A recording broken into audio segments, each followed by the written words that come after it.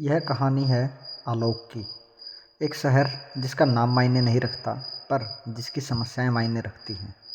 आलोक नगर पालिका कार्यालय में क्लर्क था, जिसकी ज़िंदगी उसकी बेटी मीशा की मुस्कान और उसकी पत्नी प्रिया के बनाए साधारण खाने के इर्द गिर्द घूमती थी।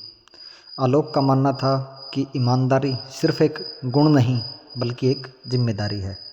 लेकिन इस दफ्तर की दीवारों के पीछे एक दूसरा अंधेरा सिस्टम काम करता था। हर छोटे काम के लिए रेट तय था। पानी का कनेक्शन 2000 रुपये, पेंशन फाइल आगे बढ़वानी है 5000 रुपये। इस रैकेट का मास्टरमाइंड था आलोक का वरिष्ठ अधिकारी रंजन सिंह, एक चिकनी चुपड़ी बातें करने वाला व्यक्ति जिसके हाथ ऊपर तक फैले हुए थे। अब तक आंखें मूंद रखी थी। सिस्टम से लड़ना यानी अपनी नौकरी और अपनी शांति को दांव पर लगाना। पर एक दिन एक छोटी सी घटना ने सब कुछ बदल कर रख दिया। एक सहपाठी कविता गरीब होने के कारण स्कूल से निकाल दी गई, क्योंकि उसके माता पिता अनिवार्य डोनेशन यानी रिश्वत नहीं दे पाए। अपनी पत्नी प्रिया से कहता है, उस छोटी बच्ची का क्या दोष था। उसके पिता ने मेहनत की कमाई से फीस भरी, पर दफ्तर में कागज फंसा है क्योंकि उन्होंने रंजन सिंह को नजराना नहीं दिया। प्रिया आलोक से कहती है, आप क्यों इस पचड़े में पड़ते हैं, चुपचाप अपना काम कीजिए, इन लोगों का मुंह बंद करना मुश्किल है। आलोक दृढ़ता से कहता है, नहीं प्रिया, मैंने बहुत चुप्पी साध ली। आज उस बच्ची के साथ हुआ है, कल हमारी मीशा के साथ हो सकता है। जब तक कोई आवाज़ नहीं उठाएगा यह सिस्टम यूं ही चलता रहेगा। मुझे लड़ना होगा। आलोक ने एक खतरनाक रास्ता चुना। उसने रंजन सिंह के खिलाफ सबूत इकट्ठा करने का फैसला किया। दफ्तर में एक साधारण रजिस्टर में कोड वर्ड में एंट्री करना शुरू किया। जब रंजन सिंह किसी काम के रेट पर बात करते थे, आलोक अपने पुराने फ़ोन की रिकॉर्डिंग ऑन कर देता था। रंजन सिंह अपने कैबिन में फ़ोन पर बात कर रहा है।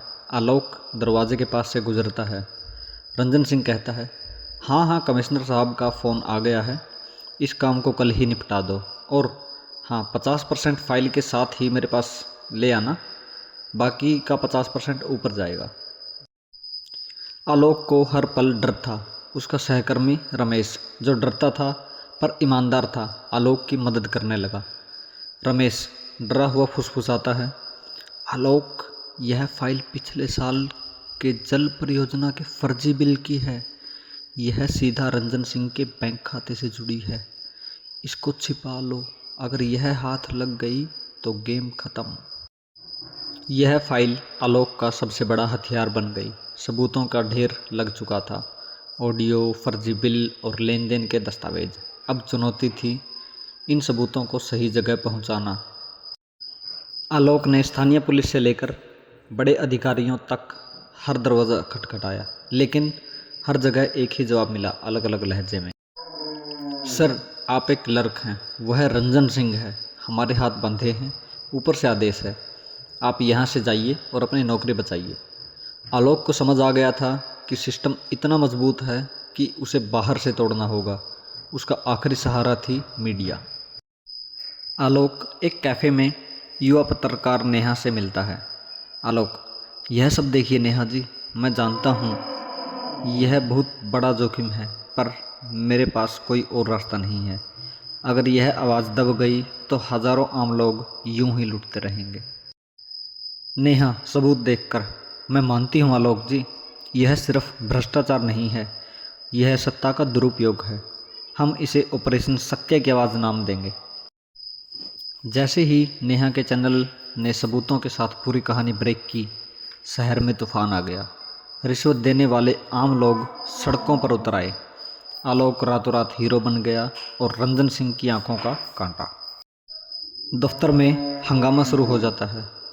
रंजन गुस्से में, उस आलोक को अभी सस्पेंड करो, उस पर सरकारी फंड चोरी करने का इल्ज़ाम लगाओ, हम उसे इस तरह नहीं जीतने देंगे। आलोक को दफ्तर से निकाल दिया गया। उसे धमकियां मिलने लगी।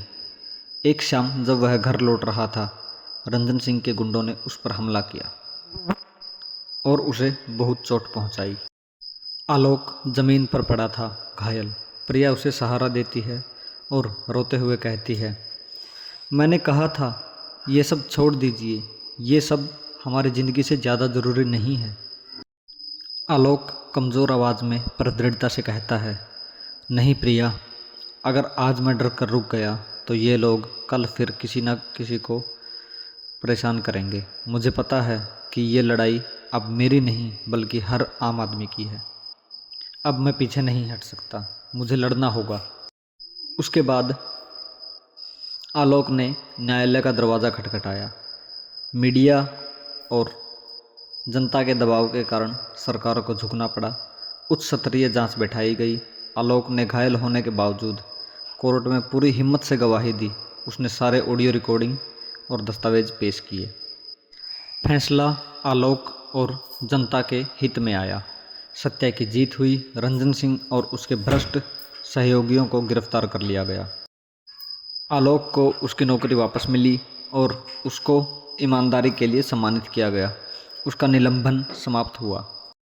आलोक ने कोई पहाड़ नहीं तोड़ा, उसने सिर्फ एक छोटी सी आवाज़ उठाई जिसने हजारों दबी हुई आवाज़ों को जगा दिया। भ्रष्टाचार एक अंधेरा है और आम आदमी की ईमानदारी एक मोमबत्ती। अंधेरे से डरने की ज़रूरत नहीं है, बस अपनी मोमबत्ती जलाए रखिए। एक मोमबत्ती भी काफ़ी है सिस्टम को बदलने के लिए।